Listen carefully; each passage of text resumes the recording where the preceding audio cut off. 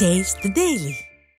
நீலகிரி மாவட்டம் உதகையில் மாற்றுத்திறனாளிகள் குறைதீர்க்கும் நாள் கூட்டத்துக்கு ஆட்சியர் 1 மணி நேரத்திற்கும் மேலாக தாமதமாக வந்ததால் மாற்றுத்திறனாளிகள் நீண்ட நேரம் காத்திருந்த அவல நிலை ஏற்பட்டது. பகல் 11 மணிக்கு மாற்றுத்திறனாளிகள் குறைதீர்க்கும் நாள் கூட்டம் நடைபெறும் என அறிவிக்கப்பட்டது.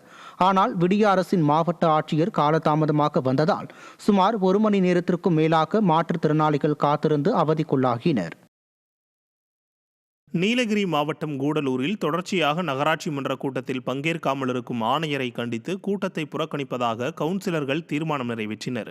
கூடலூர் நகராட்சியில் தொடர்ந்து எந்த அடிப்படை வசதிகளையும் நகராட்சி நிர்வாகம் செய்து தரவில்லை என குற்றம் சாட்டப்படுகிறது. மேலும் மாதாந்திர கூட்டத்தில் நகராட்சி ஆணையர் பங்கேற்காமல் தொடர்ந்து புறக்கணித்து வருகிறார். இதனை கண்டித்து வளர்ச்சிப் பணிகளை தொடரும் வரை கூட்டத்தை புறக்கணிக்கப் போவதாக கவுன்சிலர்கள் தீர்மானம் நிறைவேற்றினர்.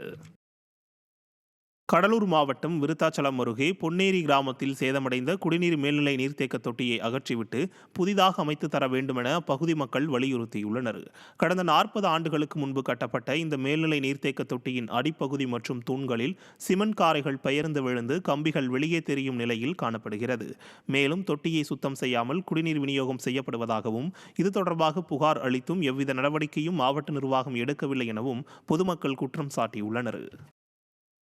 மதுரை மாவட்டம் பழங்காநத்தம் பகுதி அங்கன்வாடி மையத்தில் குழந்தைகளுக்கு வழங்கும் சத்துமாவு உருண்டையில் கரப்பான் பூச்சி கிடந்தது பெற்றோர்களிடையே கலக்கத்தை ஏற்படுத்தியது. இதனைத் தொடர்ந்து அங்கன்வாடி மையத்தை முற்றுகையிட்ட பெற்றோர் பணியில் இருந்த ஊழியர்களிடம் வாக்குவாதம் செய்தனர். இதையடுத்து சத்துமாவு சாப்பிட்ட குழந்தை திருப்பரங்குன்றம் அரசு மருத்துவமனையில் சிகிச்சைக்காக சேர்க்கப்பட்டார். திறனற்ற திராவிட மாடல் ஆட்சியில் தரமற்ற சத்துமாவு, பணியாளர்களின் கவனக்குறைவு, விடிய ஆட்சியின் அவலத்தை எடுத்துரைப்பதாக பெற்றோர் குற்றம் சாட்டுகின்றனர். விழுப்புரம் மாவட்டம் திண்டிவனம் அருகே சாலை வசதி இல்லாததால் உயிரிழந்த முதியவரின் உடலை சவுக்குத்தோப்பு வழியாக தூக்கிச் சென்ற அவலம் அரங்கேறியுள்ளது. ஏப்பாக்கம் கிராமத்தில் உடல்நலக்குறைவால் நடராஜன் என்பவர் உயிரிழந்த நிலையில் அவரது உடலை சுமார் 2 கிலோமீட்டர் தூரம் சவுக்குத்தோப்பு வழியாக தூக்கிச் சென்று அவரது உறவினர்கள் அடக்கம் செய்துள்ளனர். இந்நிலையில் ஏப்பாக்கம் கிராமத்தில் சாலை வசதி செய்து தரக்கோரி அதிகாரிகளிடம் பலமுறை புகார் அளித்துள்ளதாகவும் பல்வேறு போராட்டங்களை நடத்தியிருப்பதாகவும் அப்பகுதி மக்கள் வேதனை தெரிவித்தனர். ஆனால் விடியா திமுக அரசின் மாவட்ட நிர்வாகம் நடவடிக்கை எடுக்கவில்லை என அப்பகுதி பொதுமக்கள் குற்றம் சாட்டியுள்ளனர். திருவண்ணாமலை மாவட்டம் செய்யாறில் மின்தகன மேடை அமைப்பதற்கு எதிர்ப்பு தெரிவித்து பொதுமக்கள் போராட்டம் நடத்தினர். செய்யாறு புனித வியாகுல அன்னை ஆலயம் மற்றும் RCM பள்ளி பின்புறம் விடியா திமுக நகராட்சி நிர்வாகம் புதிய மின்தகன மேடை அமைக்க இடம் தேர்வு செய்துள்ளது. மாணவியர் விடுதி மற்றும் பள்ளி அருகே மின்தகன மேடை அமைப்பதை கண்டித்தும் மாற்று இடத்தில் அமைக்க கோரியும் அப்பகுதி மக்கள் நகராட்சி அலுவலகம் முன்பு கண்டன ஆர்ப்பாட்டத்தில் ஈடுபட்டனர். கடலூர் மாவட்டம் விருத்தாச்சலம் அருகே ஆதி திராவிட மக்கள் வசிக்கும் பகுதிக்கு கடந்த 4 ஆண்டுகளாக தார் சாலை போடப்படாமல் விடிய அரசு அலட்சியம் காட்டி வருகிறது.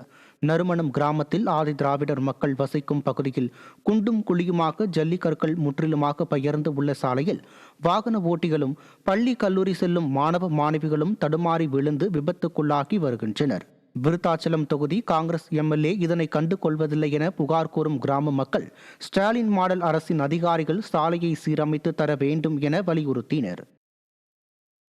தருமபுரி மாவட்டம் பாலக்கோடு அருகே லாரி மீது சொகுசு கார் மோதிய விபத்தில் கேரள நடிகர் சைன் டாம் ஷாக்கோவின் தந்தை சம்பவ இடத்திலேயே பலியானார். கொம்பநாயக்கனஹள்ளி தேசிய விரைவு நெடுஞ்சாலையில் கேரள நடிகர் சைன் டாம் ஷாக்கோ தனது குடும்பத்தினருடன் காரில் கொச்சியிலிருந்து பெங்களூரு நோக்கி சென்றபோது முன்னால் சென்ற லாரி மீது மோதியது.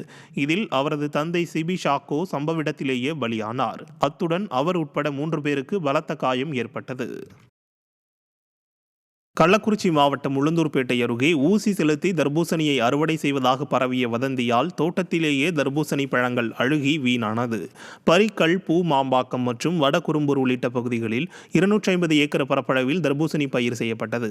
இந்த நிலையில் ஊசி செலுத்தி அறுவடை செய்வதாக வதந்தி பரவியதால் தர்பூசணி பழங்களை கொள்முதல் செய்ய வியாபாரிகள் மறுத்தனர். இதனால் தோட்டத்திலேயே பழங்கள் அழுகி வீணானதோடு ஏக்கருக்கு 1 லட்சம் ரூபாய் வரை நஷ்டம் ஏற்பட்டது.